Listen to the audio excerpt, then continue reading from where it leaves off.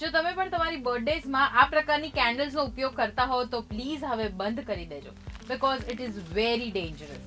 ગુજરાત સમાચાર સાથે હું છું હેરી. જ્યારે આપણે આ સ્પાર્કલિંગ કેન્ડલ કેક ઉપર મૂકીને સળગાવે છે ત્યારે એની અંદર રહેલો બધો જ ગંધક પાવડર જે કેક છે એની ઉપર પડે છે, પણ એ આપણને દેખાતો નથી અને અજાણતા આપણે કેક ખાઈ જઈએ છીએ, જેના લીધે આપણા શરીરને બહુ જ નુકસાન થતું હોય છે.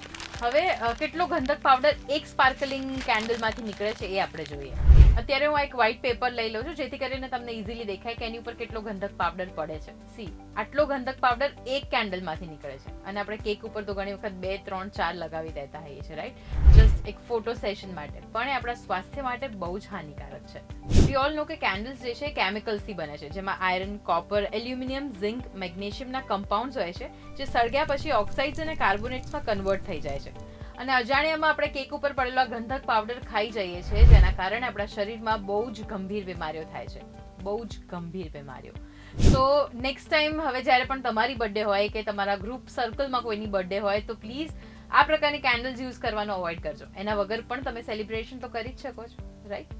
સો આ વિડીયો બધાની સાથે શેર કરો અને જણાવી દો એમને પણ કે એમની બર્થડેમાં પણ આ પ્રકારની કેન્ડલ્સ યુઝ ના કરે, જેથી કરીને એમનું સ્વાસ્થ્ય એ સાચવી શકે. અને આવા જ ઇન્ફોર્મેટિવ વિડીયોઝ માટે જોડાયેલા રહો ગુજરાત સમાચાર .com સાથે.